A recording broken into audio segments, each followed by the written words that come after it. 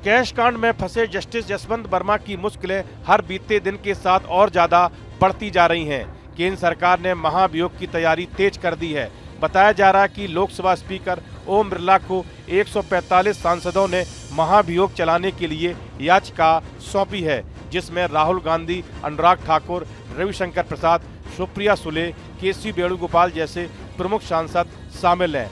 राज्यसभा के 63 सांसदों ने भी ऐसी ही पिटीशन दी है। माना जा रहा है कि सरकार संसद के वर्तमान मानसून सत्र में जस्टिस यशवंत वर्मा के खिलाफ महाभियोग का प्रस्ताव ला सकती है। सांसदों की ओर से हस्ताक्षर किए जाने के बाद अब इस प्रस्ताव को लोकसभा अध्यक्ष को दिया जाएगा।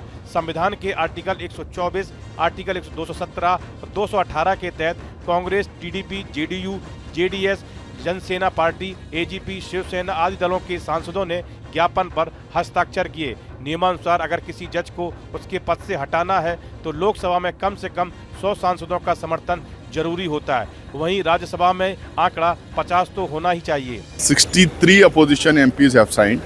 हम लोगों ने साइन करके आज चेयरमैन साहब को हम लोगों ने सबमिट कर दिया। हम लोगों ने नोटिस दी कि उनको हटाने के लिए, क्योंकि उनके घर में इतना कैश पाया गया था, तो इसके ऊपर चर्चा होना चाहिए, इंक्वायरी कमेटी बैठना चाहिए, फिर उसमें साबित होता तो उनका इम्पीचमेंट होना। सांसदों द्वारा हस्ताक्षर किए गए प्रस्ताव को स्वीकार करना या नहीं करना लोकसभा अध्यक्ष के अधिकार में है। प्रस्ताव स्वीकार होने की स्थिति में एक कमेटी बनाई जाएगी जो 1 से 3 महीने में इस मामले में अपनी रिपोर्ट देगी। अगर प्रस्ताव अमल में आया तो शीतकालीन सत्र में ही महाभियोग प्रस्ताव पर सदन की कार्रवाई होगी। इससे पहले केंद्रीय मंत्री किरण रिजिजू ने जानकारी दी थी कि 100 सांसदों ने एक नोटिस पर साइन किया है। वो नोटिस जस्टिस यशवंत वर्मा को हटाने को लेकर है। सरकार इस मुद्दे पर अपना मत स्पष्ट कर चुकी है कि वो किसी भी तरह की राजनीति में नहीं पड़ना चाहती। एक आम सहमति बनाकर जस्टिस वर्मा को उनके पद से हटाना है।